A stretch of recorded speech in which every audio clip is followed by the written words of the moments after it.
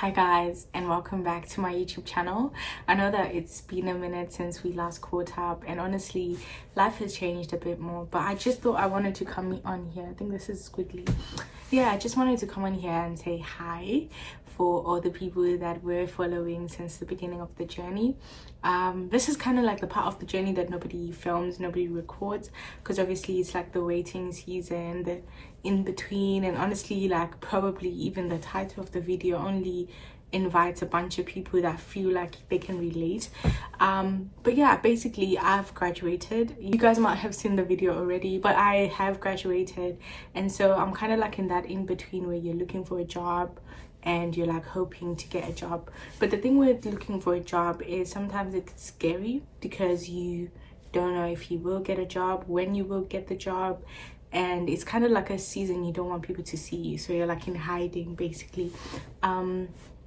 So for me, this has been like a really interesting time because the initial first stage, or like the phases of going through the process of realizing you don't have a job, you actually need a job, and hopefully getting a job. There's also a phase where your friends get the job. So I'm just gonna tell you guys what I think about the season and what I've been learning in the season. So first of all, one thing I realized is like there's people that always say, oh, don't listen to people, they only post the highlights of their life.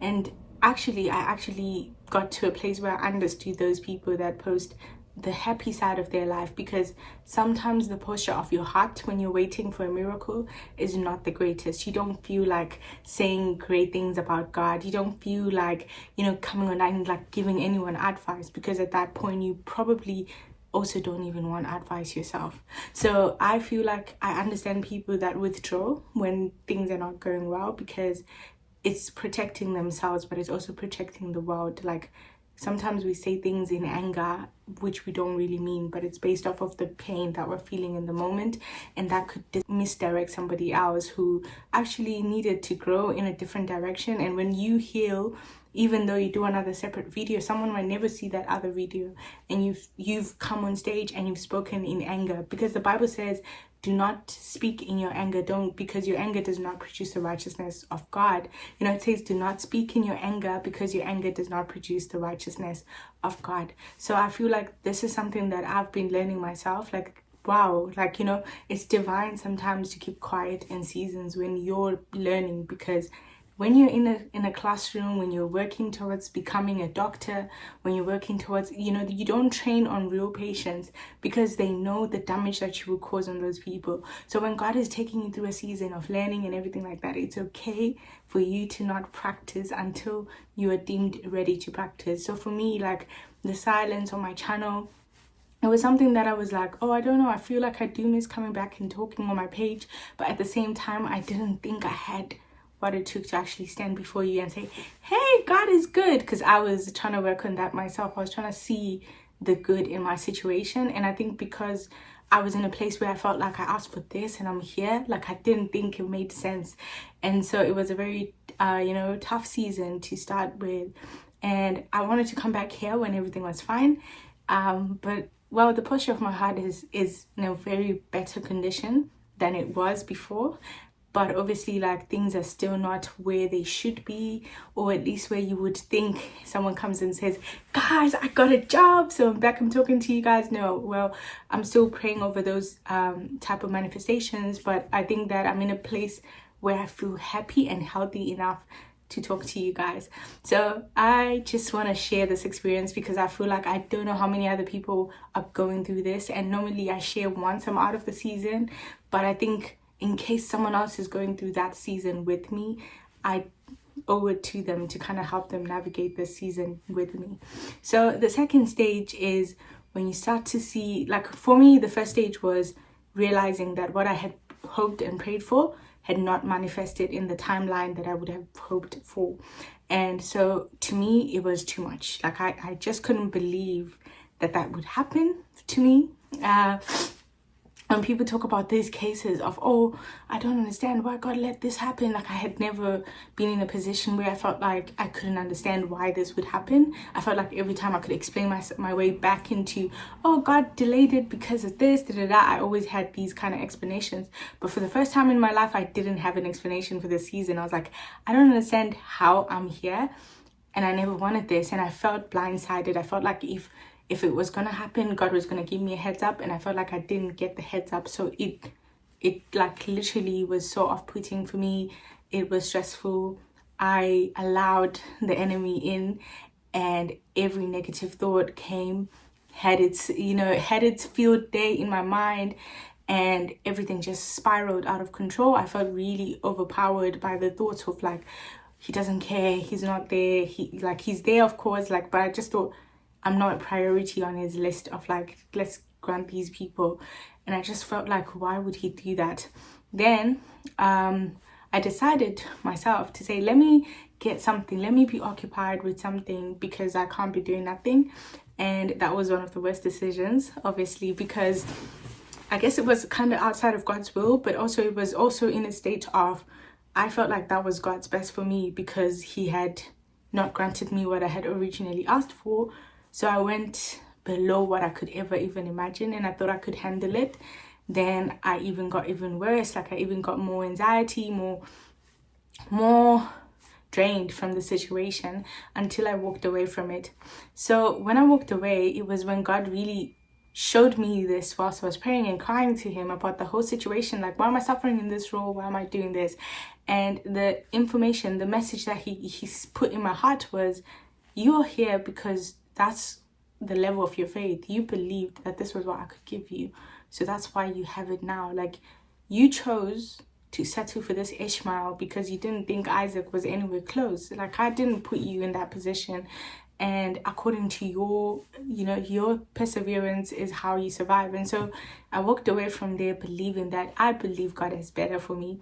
So that was my walking away from that situation. And I left and I went home.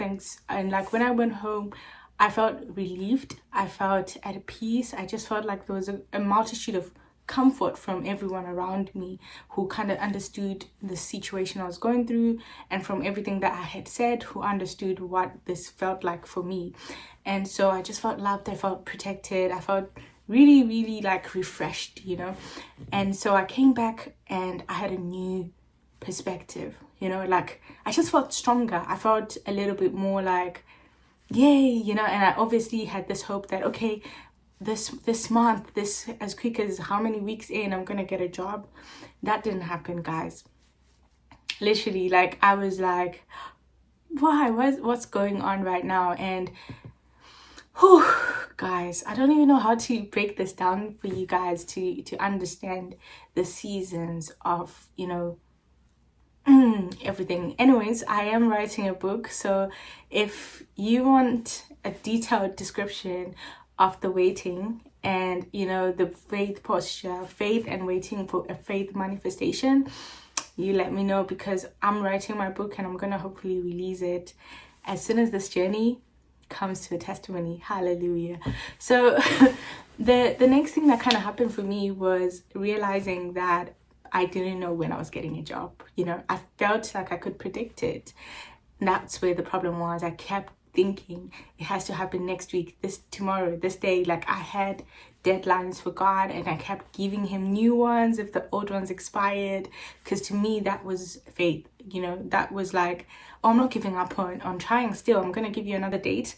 But he was trying to teach me a different side of faith, where I don't have to predict it. I don't have to know when it's coming, but I have to trust that my life is in his hands, enough to trust that he's got me covered. Like, he knows what he's gonna do for me, when he's gonna do it for me, and he's got me like protected in the meantime.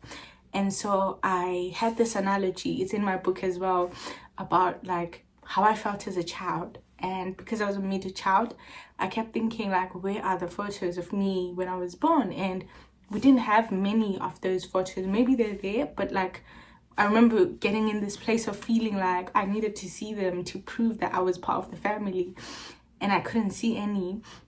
And the earliest ones were like when I was 2 or something, like a bit older than, just a little newborn baby.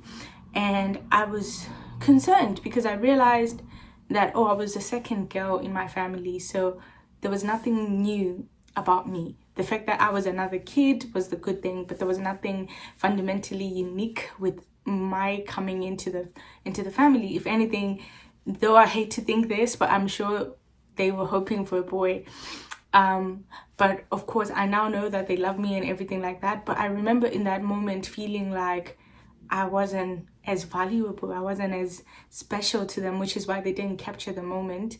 And God was just showing me this to remind me that imagine if that's how this season feels, about how you're treating it, that the whole time you're trying to leave, you're trying to escape, you're looking forward to what's coming, like you don't want to be in the moment, you don't want to see what I have for you now and what you should be doing now. And obviously, guys, trust me, this wasn't the first time I was hearing this whole, oh, what should you be doing now? But I feel like when I received it from that perspective of, imagine this season saying, where are my photos?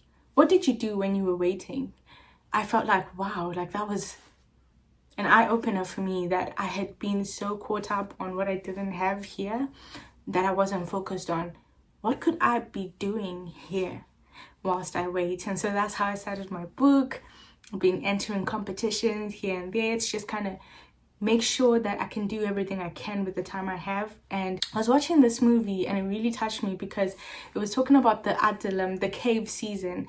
Adullam is basically the cave that David ran to after he was anointed, but Saul was looking for him, so he ran to hide in that cave.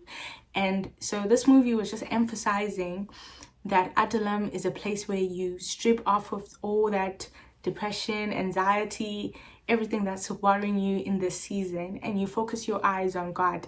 Because at the end of the day, like, the last thing you need is to find yourself in a situation where you're scared that God will disappoint you again.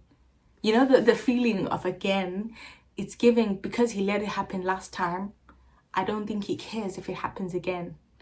You know, and I just feel like that place is where the devil's trying to take us, where he convinces us that God is not looking at your situation and thinking, okay, how many more days left before I bless her?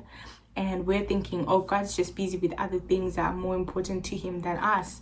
And that spirit of fear, that anxiety, that hatred, and like animosity towards God, that creates a barrier between the miracle. Because I said, at the end of the day, I don't want to be a child like the Israelites, because I felt justified in my pain, but I wouldn't want to be the Israelites who complained their way out of Canaan.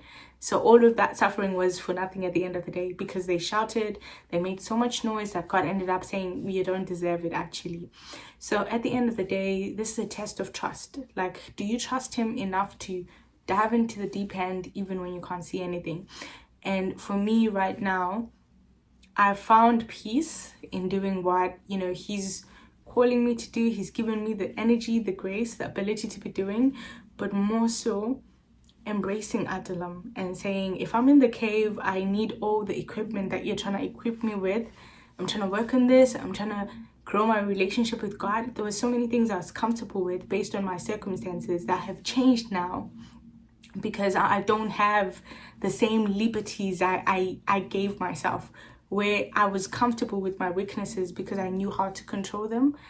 But then now I'm in an environment in the cave where I cannot control certain things, and I need to adapt and adjust to make sure that the enemy doesn't use my weakness against me. And so it's such an interesting learning curve of like me really saying, God, help me, because I miss how we are. I miss how, you know, I was able to do all of these things. But right now, right in this cave, help me to be who you've called me to be. So beyond that, honestly, guys, is the waiting without a date. You know, like in this movie with the whole Adullam analogy, they were talking about the fact that we shouldn't think God owes us. I think that's where you get upset with God, you get angry with God, because why has he not responded? But when you make a request to a king, you pray he grants it or he doesn't. But the point is, he doesn't move from being king just because he didn't grant you or he granted you.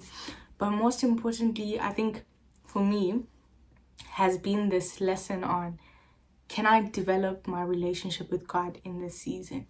What can I be doing and how best can I do it given the circumstances I have? And I will keep on waiting, I'll keep on hoping, and I will keep on trying to make sure that this season doesn't feel forgotten, doesn't feel like it was this phase that I couldn't wait to get rid of, but feels like a phase that I utilized everything I could in. So hopefully next time, guys, I come back with an update of a job, or even more so how best I'm stewarding this season. But it's great to be back. I will try to keep consistent, but right at the moment I cannot promise you guys weekly or whatever. I can just promise you that when I feel it, I will be back on the screen and hopefully doing more content, and as much possible to just keep on stewarding everything that I have in this season. But yeah, this is life after graduation. Bye for now.